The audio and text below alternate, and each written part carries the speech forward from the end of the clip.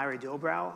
I work for Canara. I used to be the editor-in-chief of MM&M, and I am thrilled to be a part of a panel with Chris, Matt, Melissa, and Mark, 4 people that don't need any introduction. Trends in healthcare marketing. I'm pretty sure that everything we talk about here we could do 45 minutes on individually. That said, we're going to try to pack a lot into this next 40 minutes, so let's get going. I wanted to start out with kind of a broad, overarching question, and it's a fill-in-the-blank question. Don't say AI, please. We're just going to say AI and omnichannel nonstop for the next couple minutes. You know? Or Mark's going to buy us alcohol after if he says that. It is a blank time to be working in healthcare marketing. And why? Mark, kick it off. Wow, put me on the spot. I mean, crazy, insane, batshit. There's just so much stuff going on right now where it's just, you know, especially in the role that I'm in, things are changing so fast that trying to keep up with everything is, I mean, it's literally my full-time job. So it's like one of those questions I get asked where it's like, where do you see things going? And it's like, I don't know, because everything is changing so fast and so rapidly. I would say volatile. I think it builds exactly on what you were saying, Mark. The reality is that every day is a new adventure. Every day you're reading something new, hearing something new. Clients are asking different questions, but we have to be responsive. So volatile, agile, we're just all over the place. So you got to be prepared for everything. I'm a glass half full kind of person. So I think it's a magical time to work in healthcare marketing. I think the assets and drugs that our clients are running or like launching are total game changers. You know, you look at the advancements in oncology, rare disease, which we talked about in the opening, neuroscience, like the opportunity to change patient and providers' lives globally. I don't think we've had this opportunity in many years when you look at the pipeline. And then I think we finally now have the tools to do a lot of the things that we've talked about. You know, data is now getting kind of in the nomenclature of clients. You know, our clients are looking at tech and platform. We're going from super siloed to siloed. So I think it's a super magical time to do what we all do for a living. Yeah. Chris? It seems like everything is converging and accelerating at the same time. I think you see the trends all across the ecosystem. Like there's obviously new technological disruption that's happening with AI, and then obviously with data integrations, partner integrations, consolidation. It's just like the ground is shifting beneath our feet, and I think everybody's just trying to do their best to like maintain some footing while also thinking about the future as well. The 4 of you have high-level conversations with people in and around pharma pretty much every day. What's their take? What are some of the things that you're hearing? How have the tenor of those conversations changed over the last year, 5 years, 10 years? From my perspective, you know, a lot of the things that I've heard clients ask for really haven't changed as much. Like we're all looking for better, more efficient ways to reach with audiences. We want to use data to help power those engagements. Just the thing that's changed now is like I'm actually starting to see a lot of that come to life, meaning like clients are now leaning into these new technologies or they've adopted those technologies. And now we're trying to kind of, and using, again, back to what I just talked about, I'm starting to see a lot of convergence between all these different technologies into kind of comprehensive solutions that can actually bring those desires and needs to life and actually service those needs. And I think like probably the needs of the client have outpaced what technically we were capable of doing, and now we're finally meeting those those needs and kind of with solutions that actually are driving the impact and doing the things they need to do. Well, from the hypothetical to the actual, this is Yes, happening. Correct. Yeah. Exactly. And I think senior clients, like when we talk to the C-suite at pharma, they're just under immense amount of pressure, right? And go back to the pipeline, right? The idea of speed to peak sales and launching drugs faster, because you're not the only product or asset that's going to have a long kind of time frame to actually make revenue. So a lot of our clients are like, okay, data, tech, platform, talk to me about how we can accelerate faster. They're also talking about the reintegration and reconnecting what had been disconnected at pharma, right? Audiences from HCP to DTC, getting closer with market access and marketing. So I think they're looking to us to help guide them on macro issues, and then assuming that we understand the tactical way to activate to get things done. I think there's also a greater openness to just trying new things. being, truly being open and using the ability to test absolutely everything, things that we might not have put in front of clients previously. I think we have a little bit more opportunity to do so because of that willingness to keep trying, because they know they have to do things differently because the world is changing around us. Yeah, I mean, I think everyone on the stage has been in the pharma space for so long, but the past few years, I think we've really started to see a lot of change. I mean, if we go back 3 years, ChatGPT didn't exist, and now, I don't think I heard AI really from any clients, and now it's literally all we hear all day, asking how they can get involved, and questions about like the latest platform that seems to have AI shoehorned in as like a bell and whistle, as opposed to actually doing something useful. But I think like the last 3 to 5 years has really been significant change for brands to really get out of the endemic space and actually go back to looking at patients as people. It felt like since 2022, maybe 2023, maybe I'm drawing too many conclusions here, but there definitely was changes where the era of free money kind of stopped, right? Oh yeah, there's no free money. There is no more free money anymore, right? So it forced everybody to be more efficient. I think that actually forced all the planes to land in some ways, where then you also put that against a backdrop of OpenAI, LLMs, and so now you have all these new things landing, these new technologies actually coming to life out of necessity, because now we got to prove that all these things can land. And it just felt like the lab experimentation kind of stopped, and we're pencils down, what do you got? Yeah. Matt, you alluded to in your last answer about some of the pressure that clients are under. Where the 4 of you sit, agencies, how much pressure do you feel under? How have the pressures changed? None. I'm kidding. I think. I was liar. I think for years, a lot of people who know me, I think every year we say the velocity of change is faster than we've ever seen it. And I think now, because of what you heard from all the panelists, it is 100% there. Yeah. So we're really looking at how do we train our teams to be cross athletes in this changing world where marketing, tech, platform, data are meeting. Right? So kind of going away from 8 different kinds of strategists, 8 different kinds of media people, but how do we invest to train them so they can have the conversations and also the skill sets to actually deliver in today's world? And we're under pressure to deliver a financial performance similar to our clients. So I think for me, what keeps me up at night is talent and what is the new operating model and financial model in the current era of pharma marketing. I think what's so important today, I think even more than ever, is how we can be empathetic to one another and to our clients and truly teach our teams to listen and be thoughtful in what our clients are experiencing and what they're going through and how it impacts the world that they're living in and the goals that they have. And the more that we can do that and listening and coming together as a partnership, because that's truly the best thing that we could ever want in terms of an agency and client relationship is you're in a partnership. Is to truly kind of come together and say your goals are my goals, but listen on a human level. That's going to make the difference because change is happening everywhere. But if we can talk about it and be open and honest about it and even be vulnerable with the things that are really scaring us versus the things we're excited about, that's the thing that I'm having ideally the teams lean into more, because once again, we're still all humans. AI, everything's happening around us, but we are just individuals who are trying to get things done, ideally make a difference, but more importantly, learn and do great things along the way. Right. How tough is that to affect? How tough is it to make sure that this is a part of every day as opposed to, well, we're going to talk about this a little bit and then when a deadline comes around, all bets are off? It's based on a culture. It is not easy. It is not, I am a glass half full person as well, trust me.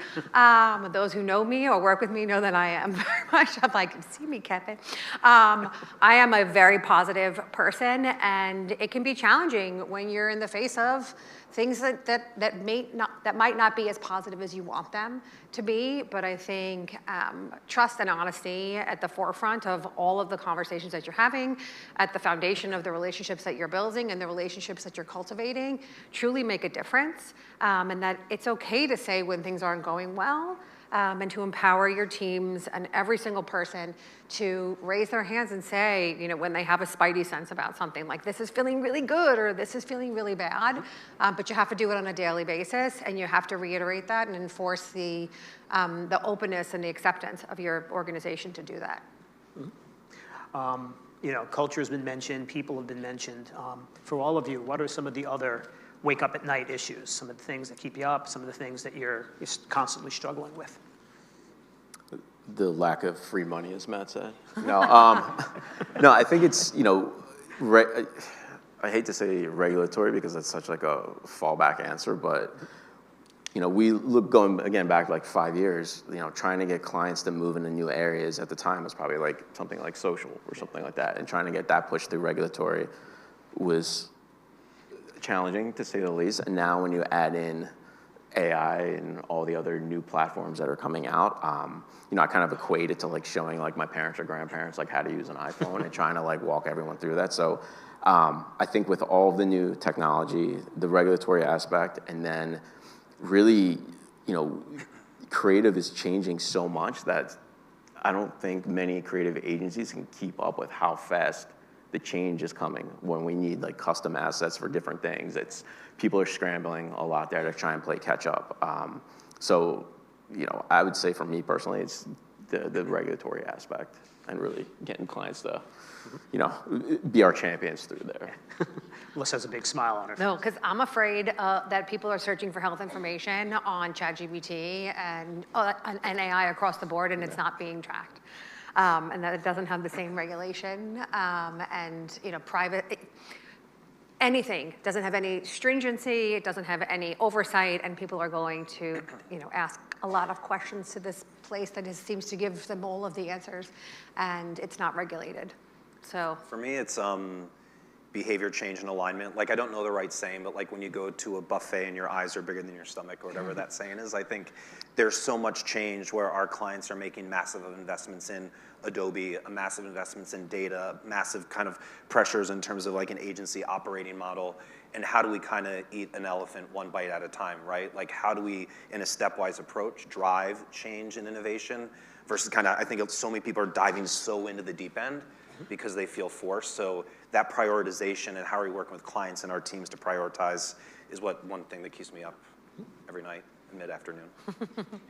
And then I think we have obviously not an agency, but more of like a service provider, technology provider.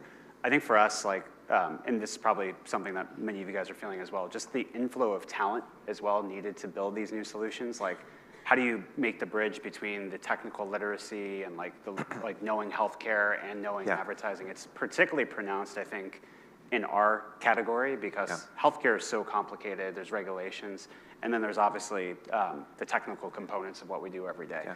So we've invested. We actually have a team. I think some of them are here today on training and development. Like, we have a learning center. And that investment alone is starting to pay back in dividends. And I think your teams are also using it as well, just to help catch them up to speed and get them up to speed as well.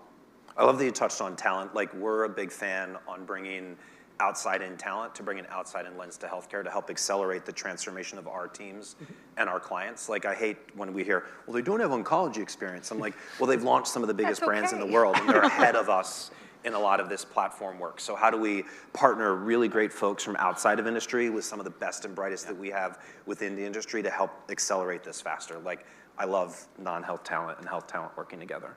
It actually piggybacks on something I think Mark brought up during one of our prep calls about taking off the pharma blinders.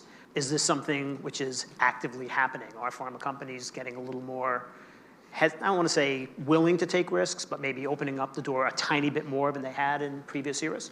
Yeah, definitely. I mean, I think, at the end of the day, patients are people. They're not identified or, defined by their condition. They're enjoying the same things they did for the most part, like same hobbies, same sports teams, whatever. I just feel like brands now are finally moving away from, letting media teams just hit the WebMD button and call it a day, and actually really taking, no offense if WebMD's here, sorry, but really. I don't think they're here. But, really being able to take a chance and go to these non-endemic platforms that aren't typically seen as like a pharma first destination and really connect on, like a real organic level with the patients versus, like these patients aren't just living their lives on these endemic platforms. So really meeting them where they're at. Well, that's what personalization is, right? It's not just within one space or place. Personalization is about all of the places that make that person unique and special. And I think our clients really have an appetite to make the work better. I think for so long, the creative has looked the same, all the TV spots look the same, all the websites look the same. We just had a pitch 2 weeks ago, And the third concept was something that I thought the client is never going to buy this, but let's show how we can flex our muscle to really push their thinking. That was the concept they were most interested in, right? So I think there is this appetite and hunger that, yes, we need to change what we do from a media perspective, but we also need to do how we're engaging with patients and providers like in the real world and from a digital perspective in terms of content and creativity. Is it that the old playbook isn't working, or are we just adding new pages to the playbook? I think the playbook's been torn up and thrown out. Burned. Yeah, I mean, like, again, going back to, like, we joke about, like, the free money piece, but, like, the days of, $100 million linear TV buys to drive awareness are pretty much pointless at this point, especially since I don't know anybody that's watching linear TV. That's why, platforms like Deep Intent are so important because of how targeted we can get. And it's just, I think, like, with the amount of data and the amount of targeting that exists now, the playbook's being rewritten, like, monthly, I feel like. There is no playbook, I was right? gonna say, I don't even say. I mean, I think when I look at the audience and I see friends, like, the pipeline used to be like heartburn medications and allergy medications and dominated by women's health, like where we were so able to have a playbook. But now you look at access issues, people living with multiple comorbidities, what regions do they live in, what do their clinicians look like? Their provider now joined a new system, so they have a different person that they need to interact with. Like, there is no framework that is gonna be applicable to every single brand. Are there key tenets and pillars? 100%. But like there is not a rinse and repeat, a find and replace in your PowerPoint to take from one client to another like there used to be, 5 or 6 years ago. Well, I think the other thing too is that the world is getting even more complicated, and we have to be extra careful in terms of understanding what health literacy actually looks like. Right? So you talked about all those different dynamics, all these different levers and places and spaces that our patients, our physicians, our caregivers, everyone is leaning into, but we have to also make sure that people are understanding what that means and helping to teach them and make things simpler, and how are we partnering with our clients and with our partners across this entire ecosystem to ensure that people are understanding what this means. Because if we're all about better patient outcomes and trying to do things in a way that people can actually feel better and feel like they have more choices, we have to ensure that they understand. And sometimes we're getting too complicated. So how do we break it down a little bit and really lean into the concept of embracing health literacy and ensuring that everyone can understand what this actually means? What are you checking on a box? What are you clicking? What is this, do I understand what the doctor just told me to do? All of those kind of things that might seem simple are so critical, I think, now more than ever, when there's just so much more information. I think to that point you made on empathy before, I think the idea of us being able to harness the power of data to better personalize, to help actually have data-driven empathy and like better resonance of like the types of people you see in your ads and the messaging that you're actually having, custom tailoring it to specific demographics, certain geos based on access. Like, that's all happening. Like, that's starting to like really start to take root. So you have these, on one hand you have the actual treatments. We're moving from small molecule to like more complex molecule type treatments. Then inherently you're going to have smaller patient populations. Then you combine that with the advent of data-driven, just an increased uptick in data-driven marketing across, what portion of your media plan, moving from linear to more data-driven strategies like CTV, et cetera. You're now actually, these two are going to complement each other. You need one for the other, right? So I think empathy is woven in there because that's ultimately what produces the outcome, and that's how you connect with the audiences to actually get them to engage and take action. You're talking about how they complement each other. Was there ever a situation, even a couple of years ago, where they were almost a little bit adversarial? How did you sort of bring them together that way? I maybe not adversarial, I just maybe missing the boat on. So yeah, I mean, and the adoption of more data-driven technologies also kind of bring more accountability to the media plan as well, which, that plus, the era of like the $100 million linear TV buy, I just don't think it's serving us well at all, right? Just to have these mass broadcasted ads out there, candidly pissing people off, right? Like just not really connecting at all and like wasting people's time if they're watching the game. But like if you can reach them with relevant information, like there's just so much more power in that. Like the opportunity cost of not reaching them with that ad is you're leaving missed opportunity to influence health, which is, I think, a huge reason why we're all here. I think now there's so many creative data sources that we can use to really drive our message home. And I mean, not just from like the digital data sources, but, we're using things like we're partnered with a company that monitors wastewater all around the country. So we can detect at a zip code level increases and decreases of different viral loads being shed in the wastewater, and then tie that in to our programmatic and search campaigns that would adjust like geo bids on a weekly basis based off of like, okay, there's an uptick in RSV in like this zip code, there's a decrease in flu in this zip code. So being able to take sources like that, sources like weather triggers and things like that, and then have it feed into our programmatic and search campaigns has been kind of crazy to see and make it like that much more targeted. I mean, granted, it's a little Black Mirror-esque if we're monitoring like wastewater, but it's really it's just showing like the amount of data sources that are out there and how targeted and efficient that we can get now is just mind-blowing to me. And that's why I think there's an opportunity at that point to like finally bring media and creativity back together, because there is complexity. Like so often I hear the media teams, I was a media person, you share all this, and then the creative agency's like, I'm not scoped for 100 pieces of creative, and like I'm not taking 50 different reframes through MLR. Like the client doesn't want to do that, I don't want to do that. So I think this kind of reintegration, even if media and creative are separate, huge opportunity. And also in terms of like how we're developing modular content, atomic design, and creativity to answer personalization at scale is something that's super exciting. And now bringing those two things together, we can do it. That's inevitably where this is going to end up, right? There inevitably is going to be personalization of the creative down to the individual or cohorts of individuals. And like the only way to do that is to have a technology like generative AI to help create that content at scale in real time. So I do think that if I had to trend this out, we're probably 5 or 10 years away from something like that. I mean, You think it's that far? well, I only say that it's because sooner. Sorry. the MLR. I don't, and you guys are probably better in position. I'm more concerned about the regulatory adoption, how pharma will be able to like keep up with the approval process of that. I could be wrong. Do you think It's happening, right? Like Yeah. I think we're partnering with clients right now to create MLR AI agents to help kind of review creative and content faster based on, not to get techie, as like, assets that are pre-approved in Viva to show the client that this is all approved. Amazing. It's now a new kind of, Bless you. kind of orchestration of what that looks like. Well, that's a huge opportunity. We got to figure out how to bring that. That sounds into like the 5 to decision. 10 years feels like really far right now. Yeah, that's fair. No, that's fair. it's a great prediction, Chris. But I actually agree. I think that the reality is that it's going to be more seamless. We're seeing this happen all the time, and that's what clients are asking for, which I think is great, because when they start to push and then you're pushing them at the same time, you can move much faster. I do think that we have to be super careful about too much hyper-personalization. Agreed. Because there are those moments, and we have to make sure that we infuse humanity into some of that as well, because you may have just been diagnosed for something, and then you're being personal. Your messages have been personalized based on exactly what it was, and that person looks just like you, but you may not be ready. Yeah. And it may actually do the opposite of what we want it to do.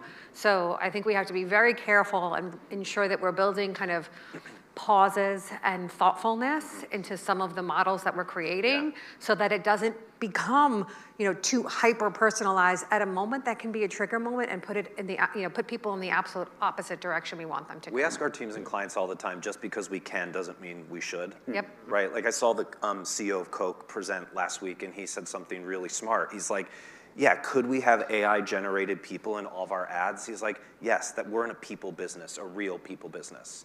And humans right now can tell that it's a fake human versus a real human. So he's like, could we do that? 100%.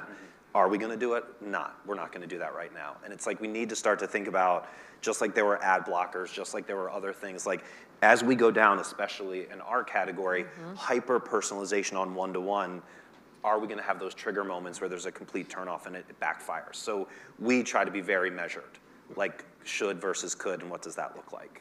And that's actually the question. How do you build in that nuance? How do you build in those safeguards at a time when there's certain people that they want this now, there are other people that are terrified when they get that kind of a missive? Conversation. I mean, I remember years ago, I'm gonna date myself, like we launched Procrit, like one of the first drugs from J&J that did DTC advertising for chemotherapy-related anemia. And the TV ad was a father being able to go and walk his daughter down the aisle at the wedding. Great TV spot. We're like, awesome, let's put it on brides.com, and all the backlash. Like, I'm thinking about my wedding, and you're telling me that like my dad's not, so there is this kind of, you have to have a conversation, right? Like what makes sense against the media plan, what makes sense about the creative execution before you execute. Yeah. Well, I think as healthcare more generally gets distributed, right? It's going to become more digital by nature, right? So that opens up opportunities for us to even indicate in the patient where patients are along their patient journey. So it's taking that signal, the data signal, and the recency of that signal, plus an ability to actually action on that signal, plus the creative, that you need all those to happen at once. So like, yeah, I totally subscribe to everything you guys are saying, because I do believe that we do need to strike the right balance. But even if you do understand that you want to put that pause in place, like how then do you transcribe that into, okay, well, I know that it's been 30 days, right? or some temporal time element to then say, like, you need to tie it all together in like one system. And so I'm excited because I know that, or I'm seeing this happen now, is like partially because of the work we do, but others are doing to kind of speed up the frequency and the refresh of data and the data that we're able to actually action on. It's not quarters, not weeks, like it's actually now in days, right? And that's, I think, as we accelerate that dimension, we're accelerating the creative dimension, and we're also weaving the empathy component in, like it's just all gonna accumulate into a really, really strong offering that's gonna help elevate everybody. I think it's a perfect example of when you think about AI, there's like human on the loop, human out of the loop. Yes. This is a perfect example of a human must be in the loop. You know, and as long as we have the human in the loop can be running, it should be running, and learning, but the human in the loop is going to allow us to have that moment to pause and say, do we do this even though we can? Even should we do it? But I think that's an important thing. Absolutely. Yeah, I mean, patients are going through like the most devastating news of their lives when they're diagnosed with something, and the last thing I would want is a computer basically telling me, like, you know, like user-generated, fake person, fake content, no human connection whatsoever.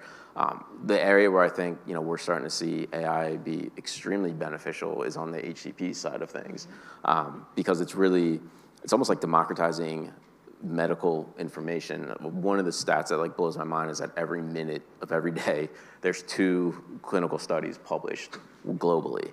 And medical research doubles every 5 years. So like no doctor, it's impossible to keep up with. They would have to read for 7 hours a day, every day to stay on top of it. So being able to have, you know, an AI platform that's only trained on that type of information can provide, you know, the same data source to, you know, a clinical oncologist in southern Georgia as somebody at like Sloan Kettering. So that's where we're seeing like AI really have an impact now with clinical decision making, for HCPs, as opposed to, you know, user-generated patients, which is the last thing I think anybody wants to see. That dispersion of expertise is, I think, probably the most promising thing that I'm sensing from the HCP side. Because, to your point, like, how do you give the same level of care at an MSK to middle of rural America? Like, you just can't, right? Like, it's not possible. So I think it actually will create more experts, right, in the form of like, we'll now be able to empower MPPAs to actually take more of a leading role in the way like oncology care is delivered, because like we're now able to diffuse and scale out the expertise of a couple oncologists into an entire community of medical professionals. What are some of the other opportunities around HCP? We've mostly talked about patients so far over the course of this panel. What are some of the opportunities waiting to be claimed? I think HCP is now where it starts, right? I think like the reframe of what DTC is going to become in park government, right, is the role that a clinician plays in getting one of her patients on therapy is quintessential in launching a product and making a brand successful. So understanding physician audiences early, understanding the barriers to prescribe, understanding what they need to keep a patient on therapy, because now every drug that's launching is a chronic condition. Amazing. People are living with cancer now for decades. Amazing, but they have to be on these products for decades. So I think the resurgence of HCP marketing being exciting and different and innovative is a huge opportunity and something that we're feeling different at clients and at our agency as well. Well, I think like, you know, when I first started working with Matt in like almost 20 years ago, which is crazy. It's like 10 years ago, Mark. I'm sorry. I was actually last week. Fun fact, Mark was a DJ. That's how I found him. He's going to be performing later. We'll talk about that Nice. later. He's fun. He got into SEO. Do we have that? DJ, Yeah, international DJ. We'll talk about that later. Yeah. But, you know, my point was like, you know, in 2008, when we first started working, I mean, people in grade school are now the HCPs. So they're much more digital natives. It's not, like the typical, like when we were doing this like 20 years ago, you hear HCP and it's like, some 60, 70-year-old guy that's, doesn't touch a computer or anything That's like that. young, Mark. 60's young, too. Matt, I'm still 29. But now it's just like, everybody is like a digital native. Everybody, it grew up with like the same platforms that used to be innovative to us now are like table stakes for a lot of the HCP campaigns where, before it was like journals or like, something like that. And now it's like, every possible social platform, so many different ways to connect with physicians throughout the day. The targeting is insane now, just compared to the way it was. And it's like a 180. So I love the question about HCPs because we've done some research in the past year as well to truly understand the changing face of HCPs. So it's definitely not who they were 20 years ago. It's not who they were 10 years ago. And it's become, the face of HCPs is becoming a lot more female and a lot more diverse. And what does that actually mean when you think about the pairing of like patients with like physicians? And when the patients see themselves in those engagements as well, we have been seeing better outcomes. So it's not even just about the media selection. It's about how do we help guide our patients to necessarily find people who they will feel more comfortable with, because it's all, the messaging is one piece, but it's also about that engagement. It's that level of comfort. It's that level of vulnerability to say, I see myself in that person, which can ideally, and from what we are seeing, lead to better health outcomes. I may be behind the times, but I heard this stat that MPPAs are actually writing more scripts than doctors now, which is like Certain categories, yeah. which is insane. So the influence, I think now, it kind of goes to the dispersion comment I meant before. Like we're dispersing the ability to actually provide care to a greater set of physicians and doctors and providers.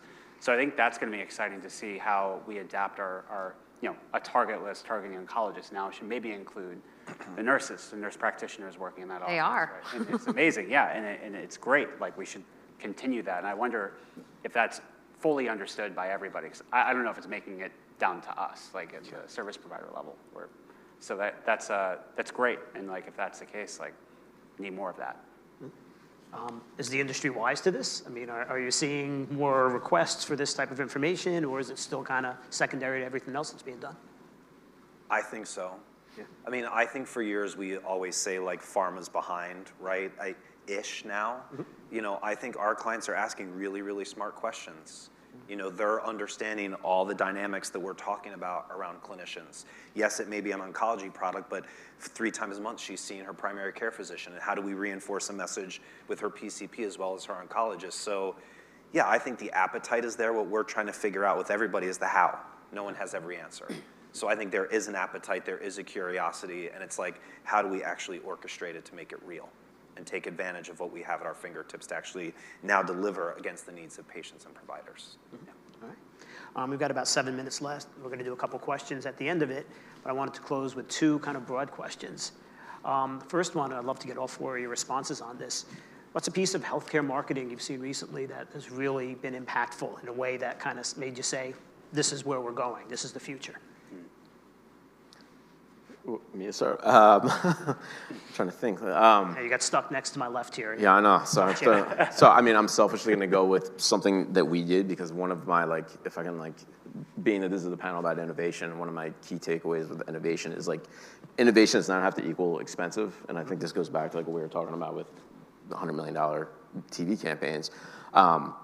We launched the first takeover of the Uber app at ASCO, and that, we ended up winning an award for it, and we had so many clients ask us how many millions it cost, and I'm like, that was mid 5 figures. It was a little tiny test, and it had such an impact. So I think there's a lot of these very small tests that we've been doing that have been having some real impact, and I think for me personally, I think that getting into that space because I thought it was very unique at the time, and now it's kind of kicked the doors open for it.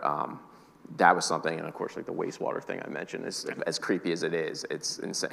Creepy, but helpful. Yeah, that's personally, that's some of the ones I've liked. Obviously, there's been more high-profile ones with the sports partnerships, but I think the really cool ones that I like were probably those 2 the most, selfishly. It's all right, I'm going to be selfish also. Of course. On one of our businesses, we have a very specific audience that we try to reach. It is a very hard to reach audience, and we have been incredibly lucky to have clients who are great partners in supporting us and building partnerships with a company called Sniffies, which I did not know about. You guys can all take a look and look it up after. Trust me, you'll be surprised as well. But more importantly, it was, it was an incredible risk that we took with clients to build content. And we know that content creation is also a really challenging thing to get approved because we cannot create the content, but you can be in conjunction with the content.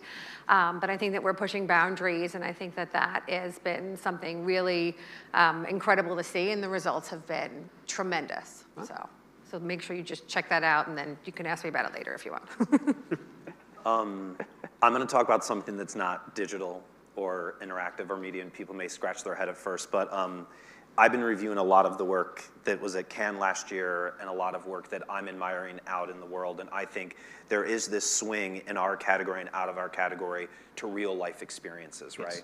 Like, because there's so much data and there's so much precision, it's like, how can you connect with patients or providers in unique ways? And there's a prostate cancer product, and one of the early detection signs, right, is like blood in your urine. And there was a company that basically did in Barcelona, like graffiti art all over Barcelona with a really famous Spanish artist. And it was cartoons of people urinating with a red stream, right? About getting tested, know the facts, know the signs. So one, amazing use of real life experience. Two, what an insight to connect the visual of blood in the urine versus just reading about it, leveraging like a thought leader, an artist that everyone in Barcelona looks up to, and I just found that like super groundbreaking. And then when you look at the results and business impact around testing, going to talk to an oncologist about prostate cancer, huge results. So I think innovation, creativity doesn't have to be what's super exciting and innovative. I think we can really lean into an experiences because health is, to your point, empathetic and a personal experience. Well, it's examples like all the ones you guys said that I think for me, maybe I'll do a little bit of cop out on the creative side, but it's the underlying ability to connect and actually find those insights. I think first-party data assets from the client side, being able to now marry this all together into like systems that can help distill and understand those trends and insights and be able to like power the creative messaging. Back to your empathy point before, Melissa, like I'm excited to see what we can do by stitching all this together. Like I think our stories are gonna get better. They're gonna get like more real in a way because we're actually going to now move away from like kind of these like maybe first generation of like how like broadcast comes to now we can like start to mine these types of really interesting insights about and then use those to connect with audiences with more precision. So I think that's awesome. Like that example specifically, and I think it's a BioBot example, right? Is that the name of the company? Nice, super cool. One last question. Obviously, we're in an era right now where being a soothsayer is not exactly easy, but we're here next year at AdLab. We're on the stage again. What's something you're going to be looking out for? What are we going to be talking about this time next year? Like I said before, I don't know, which is like what keeps me excited because I honestly don't know.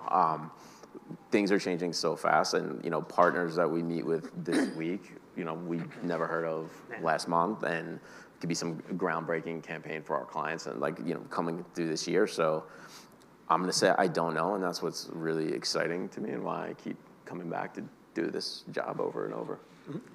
I think we're going to be talking about digital health twins. Okay. Nice. I think a complete pivot to a reframe of DTC advertising from top of the funnel and ask your doctor about to like an increased spend and effort and calorie spent against efficacy, advocacy, keeping patients on product, and kind of that mid-funnel redefinition of like consumer DTC marketing. And how is data and tech and creativity answering that problem versus ask your doctor if fill in 12 drugs are right for you. Yeah, I think data is going to continue just to be a constant theme, and innovation and new partners and new types of data now powering personalization like what we just heard there. I think that's going to just continue to be a theme that plays over and over and over. And ideally, it's not going to be the same thing over and over. It's going to be new examples of how our clients are bringing those actually to life. And I think the proof points of us and the promise that this technology and bringing all this data together will start to manifest in real examples, case studies, et cetera, from like this year onward. Like I'm very excited for what's to come. You guys optimistic? Is this still fun? Yeah. The best business to be in, Yeah. without a doubt. Like, without a doubt. Technically, it's tons of fun for a like technologist and data person. Yeah. Like it's just you're working with so many constraints, and constraints are like the mother of all innovation.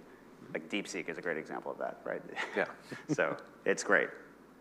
All right. We have time for a couple questions. I think there's the microphone there, and there's a microphone there. Hi there. I'm Elise Perlmutter with Ampersand, and thank you so much. It is an exciting time to be in healthcare marketing.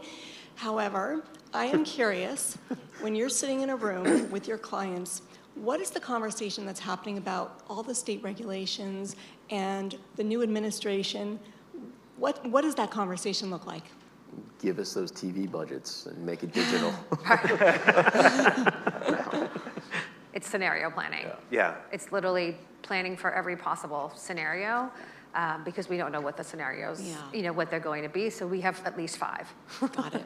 And I think it's unlocked, to your point, like opportunity, right? Because back to the playbook question, like things could rapidly change. So how are we prepared all the way from super aggressive to DTC is gone, all the way through to like a more regulated, what does that look like in execution? So we're having very positive, collaborative, solutions-based conversations versus, oh my God, what do we do?